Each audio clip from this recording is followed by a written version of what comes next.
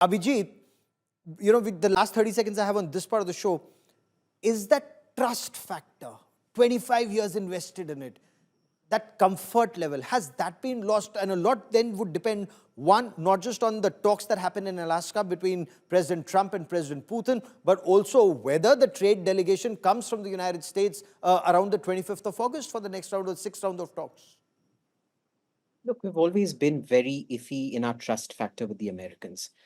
Even with the last government, remember, they were undermining us through other resources.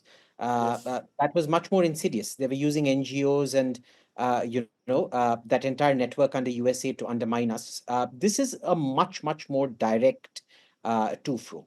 The problem is this particular thing, even though it's not that defense sales are embargoed or anything like that, the problem here is that when you decide that a bilateral relationship depends on a third country, then you fundamentally start attacking the basis of that relationship.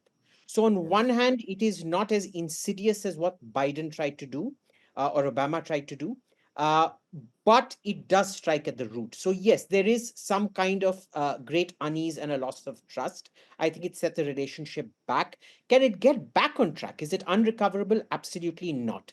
One last point, Gaurav. The sheer duplicity of the so-called 50% tariff is the fact that if India imports Russian oil and processes it, check Annex 2 of the executive order. If we export Yes. that very oil to America, it is exempt. Yes. This has nothing to do about stopping the war in Ukraine at all.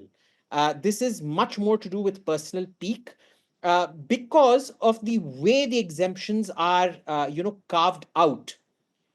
They are not to punish Russia. They're just to punish Indian consumption of Russian oil, not any consumption of Russian oil that helps America. Or Europe. You're absolutely right. I have run out of time on this part of the show, but General Shukla, Ambassador Sinha, Mr. Slater, and Abhijit Iyer Mitra for joining me here on this India Today broadcast. Many thanks.